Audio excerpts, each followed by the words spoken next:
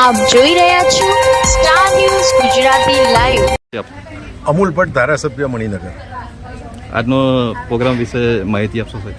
આજે સંસ્કાર સુચિતા સોસાયટીમાં વાર્ષિક સ્નેહ મિલન અને જે લોકો યોગ્ય બાળકો છે તેમને નવાજવાનો કાર્યક્રમ છે। આજે સમગ્ર હિન્દુસ્તાન માટે, ભારત વર્ષ માટે, ગુજરાત માટે અને કર્ણાવતી મહાનગર માટે અને આપણા ઈસનપુર માટે પણ મહત્ત્વનો દિવસ છે। 22 જાન્યુઆરીએ અયોધ્યામાં રામલલ્લાની પ્રતિષ્ઠા થવા જઈ રહી છે અને હું માનું છું કે સંસ્કાર સુચિતા સોસાયટીએ પોતાના સંસ્કાર મુજબ આ ઉત્સવની શરૂઆત આજથી કરી છે। હું આપના માધ્યમથી સોસાયટીના સર્વે રહીશોને ખૂબ ખૂબ શુભેચ્છાઓ પાઠવું છું અને ધન્યવાદ આપું છું કે આવા સુંદર કાર્યક્રમો આવી સોસાયટીમાં થઈ રહ્યા છે અને આપણા સંસ્કારોનું સિંચન થઈ રહ્યું છે। ભવિષ્યમાં આવા કાર્યક્રમો થતા રહે અને આપણા સંસ્કારને જાળવી રાખીએ તેવી પ્રાર્થના કરું છું। આભાર। જય જય ગરવી ગુજરાત। મારું નામ શંકરભાઈ ચૌધરી, ઈસનપુર વોર્ડ નગર સેવક। આજના પ્રોગ્રામ વિશે માહિતી આપશો?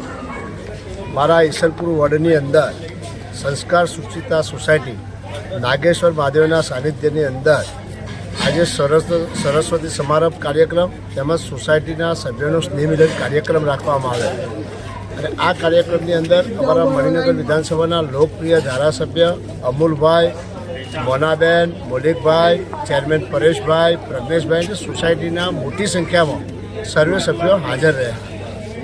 સોસાયટીના સર્વે સભ્યોનો આનંદ અને ઉત્સાહ કે પહેલી વખત સોસાયટીના બાળકોને સરસ્વતી સમારંભ કાર્યક્રમનું નામ આપી દરેક કાર્યક્રમનું અહીંયા બાળકોનું સન્માન કરવામાં આવ્યું, બાળકોને પ્રોત્સાહિત ઇનામ આપવામાં આવ્યું।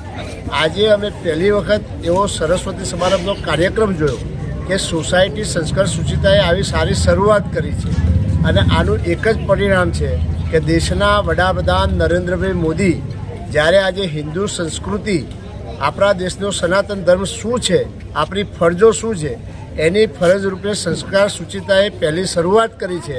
એટલે હું તો સોસાયટીના સર્વે સભ્યોને ખૂબ ખૂબ અભિનંદન આપું છું અને સોસાયટીના સભ્યોમાં એટલો આનંદ અને ઉત્સાહ છે કે 22 તારીખે અયોધ્યાની અંદર રામલલ્લા બિરાજમાન થવાના છે અને એનો જે આનંદ અને ઉત્સાહ સોસાયટીના સભ્યોમાં અત્યારે જે દેખાઈ રહ્યો છે અને આજે આખા દેશ, આખું ગુજરાત અને આખા અમદાવાદ અને અમારા ઈસનપુર વોર્ડની અંદર શ્રી રામ ભગવાનનું જે વાતાવરણ, આનંદનો ઉત્સાહ છે એ જોઈને અમને ખૂબ આનંદ છે અને અમે દેશના વડાપ્રધાન અને દેશના ગૃહમંત્રી અમિતભાઈ શાહને આ અયોધ્યાનો આટલો સરસ કાર્યક્રમનું જે આયોજન કર્યું છે એમને પણ અમે ખૂબ ખૂબ શુભેચ્છા પાઠવી।